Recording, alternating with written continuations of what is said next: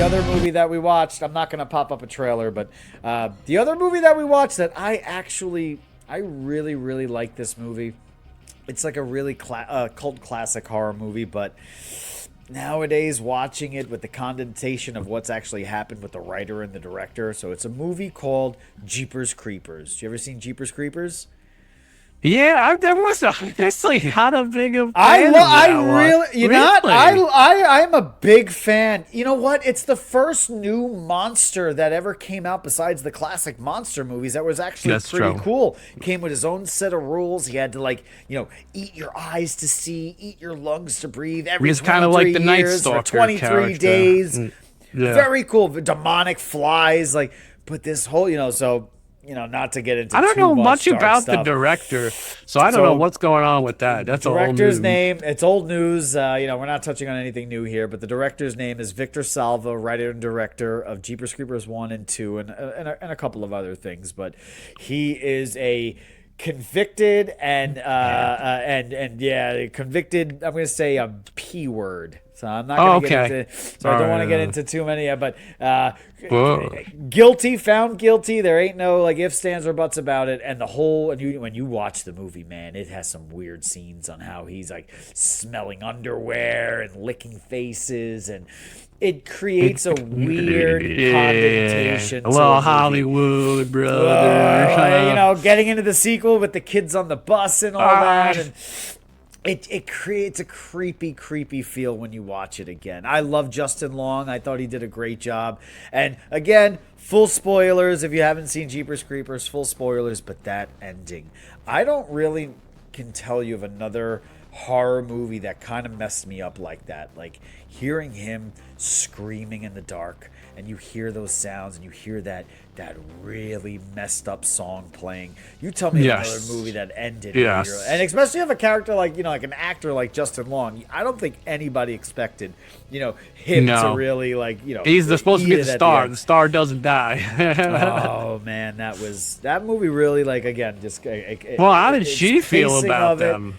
No, she loved the movie. The movie was fantastic. And funny, after the Ernest and Jeepers Creepers? Yes. Both loved both. But after the fact, started sending me articles and videos and memes regarding Jeepers Creepers because again, you can't avoid it. The moment you look up that movie, the whole thing with the director just pops up and leaves a really, really, really bad taste in your mouth. But again, they're just as far as a new monster. There hasn't been a new monster that's came along in a long time. There was a Jeepers Creepers 3, absolutely terrible. Don't even watch it. But 1 and 2, man, they're pretty good. And I wish someone could get a hold of that character. There was a possible way of I get it. It's very hard sometimes to separate art from the artist. But I wish there would be some way to save that character. I wonder if there was if there was ever something similar like that in history of the Jeepers Creepers kind of Night Stalker-y kind of character, right? That monster with wings and, it's a ripoff of every kind of demonic devil-esque character. Right. But just cool little twists that take it a long way.